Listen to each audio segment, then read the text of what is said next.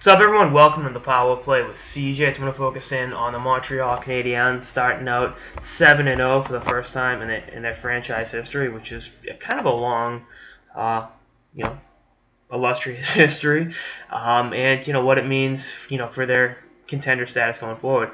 People were on me for rating them so high in Eastern Conference, and I'm like, when you have the best goalie on the planet and Carey Price, good things are going to happen. And he's been great. Obviously, 1 goals against and a 966 save percentage.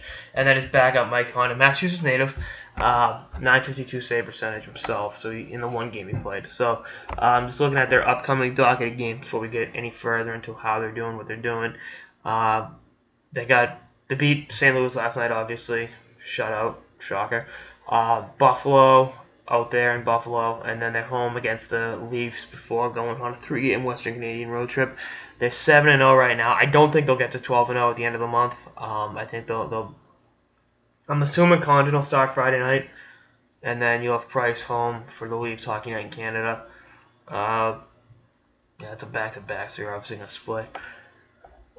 They'll fall at some point before the end of the month, but that doesn't mean I hate to burst people's bubbles. They're not going 82-0. It's just how it happens. But I think 10-0 is not out of the question.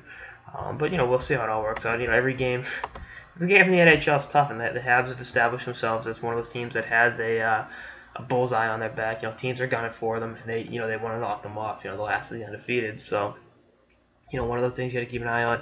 But it starts in the crease with Carey Price, doesn't end there. You got Max Pacioretty, new captain, 7 points in 7 games. Thomas Plekanec, got a new contract last week, 6 points in 7 games. And the kids are really playing well. It's Gallagher, Galchenyuk, really just doing some big time things for the team. And I think Galchenyuk, we've seen his development since they drafted him. With that 3rd pick back in 2012, he's gotten better every year. And I think we're going to see a kid this year that puts up 65 to 70 points, and really plays around situations for the Habs. I mean, he is a very, very, very important part of this team, and I think they're going to reap the benefits of him going forward. I think that's just one of those things. He's such a talented kid that everything else will kind of fall into place. And I've said it before, saying long term he's their best player. I think he's starting to really show how good he is this year.